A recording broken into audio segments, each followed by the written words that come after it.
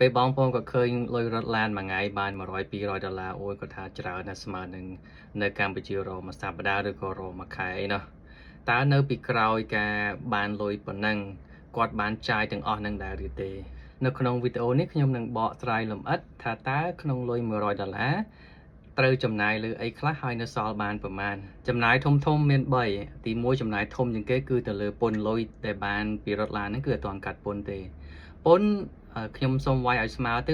25%វាអាចតិចជាងហ្នឹងវាអាចលើសហ្នឹងតាមចំណូលប្រចាំឆ្នាំអញ្ចឹងក្នុងលុយ100 ដុល្លារ25%គឺដក25 ដុល្លារចេញ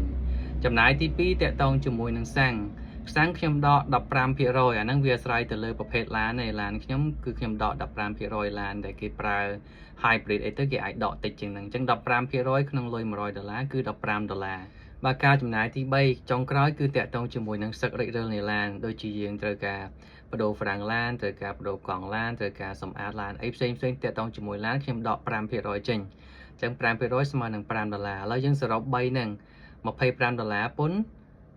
15 ដុល្លារសាំងហើយនឹង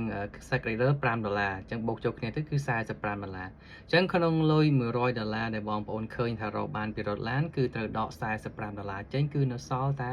55 ដុល្លារទេអញ្ចឹងបើសិនជាឃើញខ្ញុំផុសលុយ200 ដុល្លារអញ្ចឹងបងប្អូនដក45%ចេញទៅ55គុណនឹង2ជាង